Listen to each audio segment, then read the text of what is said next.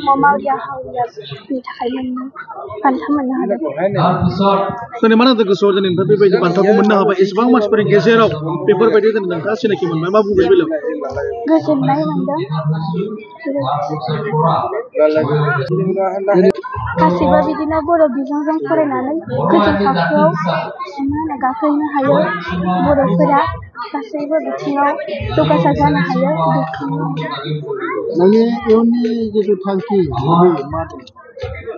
आरो बिदिनो समाजाव थानाय जेंना जेंसि बेफोरखौ सुस्रांनो सानो हाजासे बेबायदिनो मावलांगासिनो।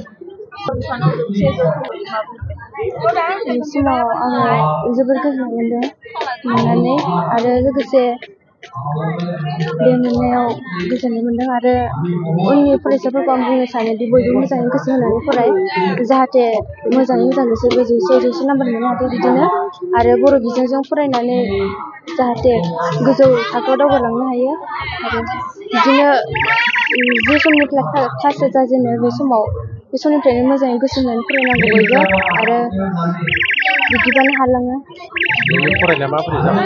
आंनि फरायनायाव बिदिनो आं फरायनायाव जेबो टाइम टेबोल लायामोन गोसो जायोबानो फरायखायोमोन आङो बिदिनो सानसेयाव 8 घन्टा 9 घन्टा जायोमोन।